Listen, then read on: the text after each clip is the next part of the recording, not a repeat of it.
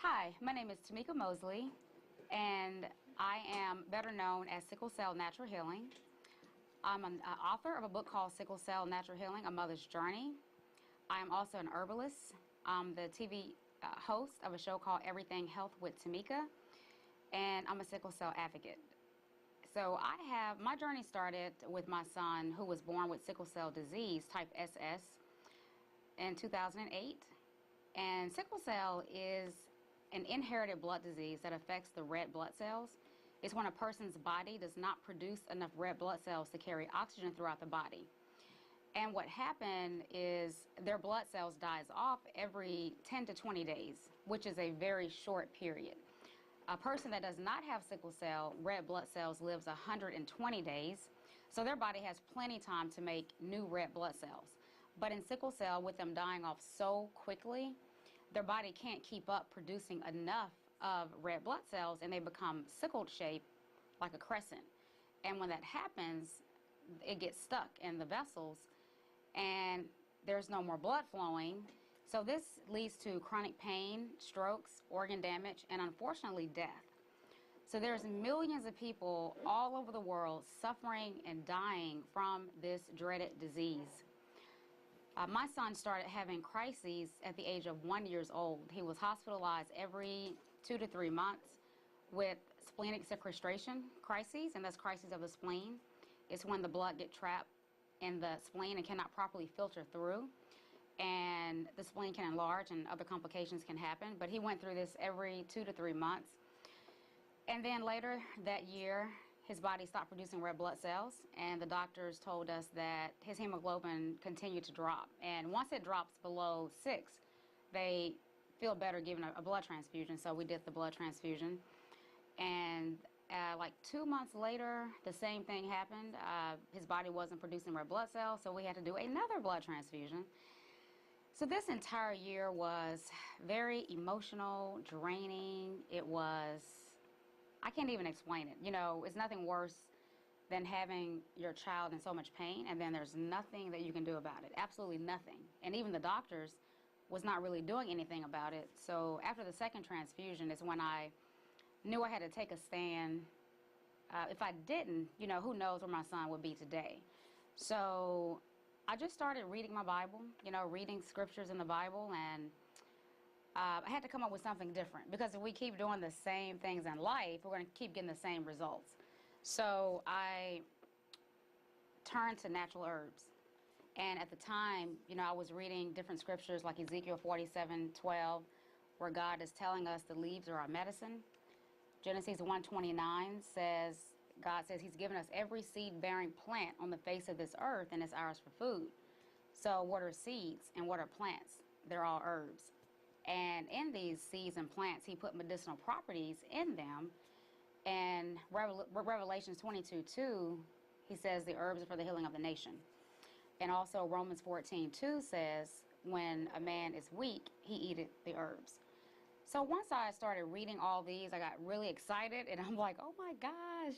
So God has already given us what we need. I just have to go and find from his medicine cabinet how to help my son. So 8 years ago or 9 years ago, I just Googled natural herbs to help the body produce red blood cells, and the first thing I found was liquid chlorophyll.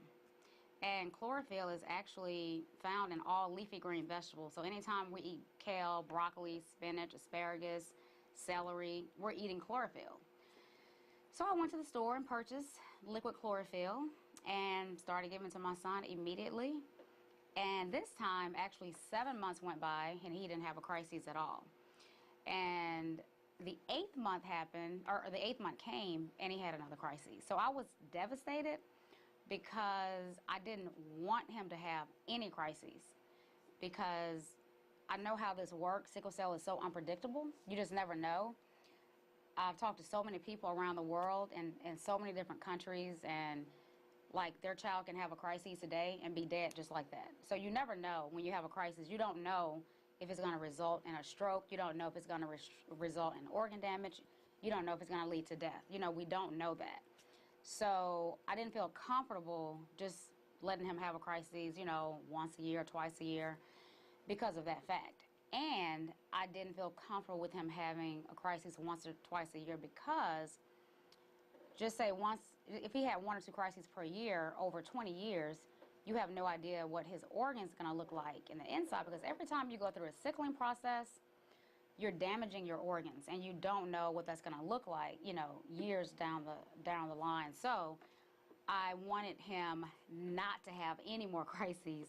So I went back to the drawing board and started thinking, you know, if I'm treating my son naturally with herbs, maybe I need 4 or 5 different natural herbs to really, you know, when you're trying to battle cancer or something like sickle cell, you really need more than just one product. And that's when I found things such as ginkgo biloba. Ginkgos is a food that's been eaten in the Asian culture centuries ago. And ginkgos is really known for memory, improving memory. But I was giving it to my son because it helps great blood circulation. I also gave him beetroot juice. We know beets are great to build the blood. And the last thing was nattokinase serrapeptase. So natto is a food that's been eaten in Japan for thousands of years. And it's a food, and natto actually helps, well, first of all, it prevents against strokes, because we know in sickle cell that people have strokes.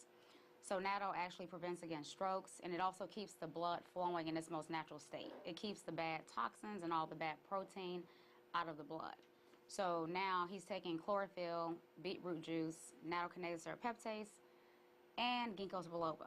So this time, 3 years went by, he didn't have any crises at all. So that's when I knew, okay, what I was doing is really, truly working, and I thank God for showing me the way. And, you know, when you find something in life that you're helping someone with and you see it's working, and you know that millions of people are suffering, so you have to go and share this with people and at least let them know, because, you know, that'd be a little selfish, keeping it to yourself.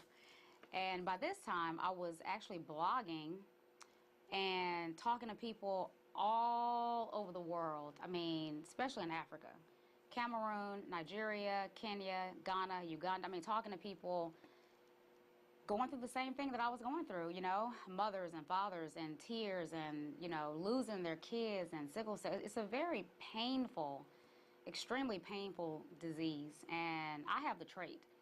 And I actually almost died having my 3rd child. So people with the trait can also have complications, and they can also pass away. Now, the statistics is not extremely high like people with SS disease, but it does happen, especially with pro athletes when they overexerting themselves. There's been several pro athletes who's passed away just by having the trait.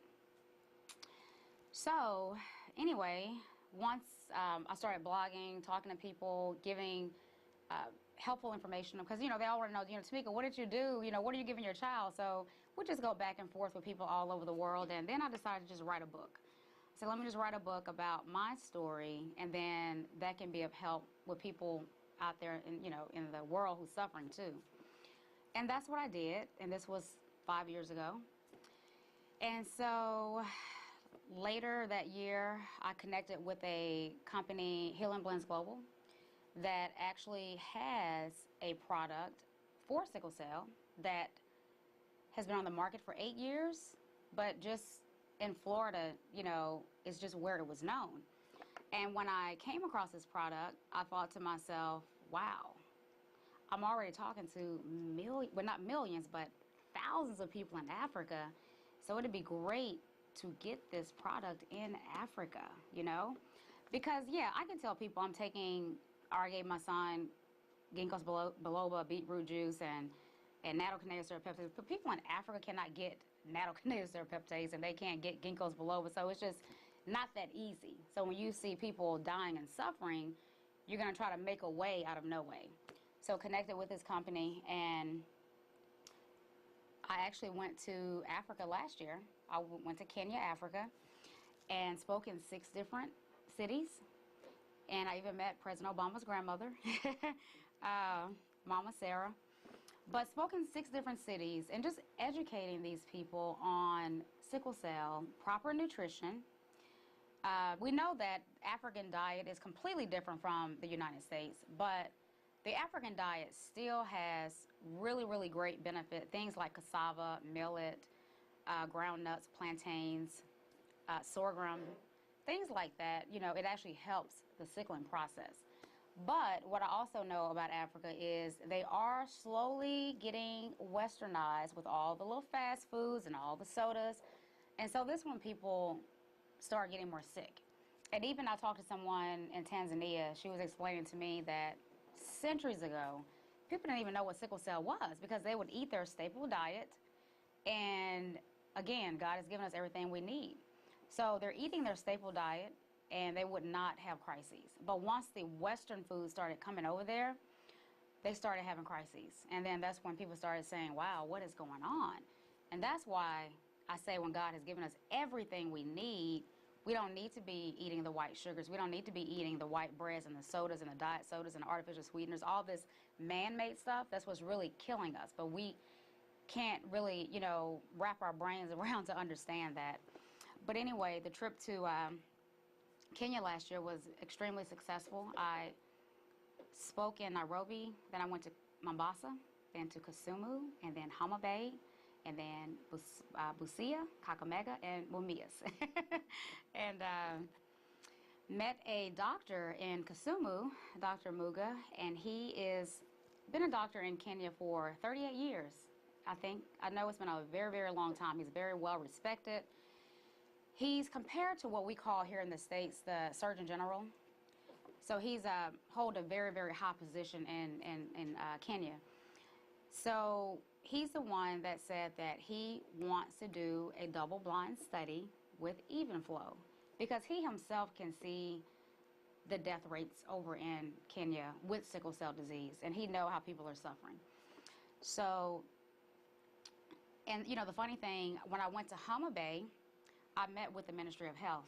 I met with the Ministry of Health. I sat down and talked to him and explained to him about sickle cell, explained to him about the supplement and about the study. And he told me that once the study is completed, he will buy for the people of Homa Bay, or, you know, add it into their budget so the people can have the supplement. And when I came back home, you know, I tried to reach out to him and tried to email, but I never got a response back. But a couple weeks ago, when we sent all the equipment over for the double-blind study, I was just informed that Dr. Muga is now the new Ministry of Health in Homa Bay. And I was like, wow. So God has been really working through all, you know, God has truly been working from beginning all the way now. So now Dr. Muga is the Ministry of Health, and Homa Bay is one of the cities that has the highest number of sickle cell in Kenya. So with him being the Ministry of Health, I know that he is going to definitely make sure that the people get the product.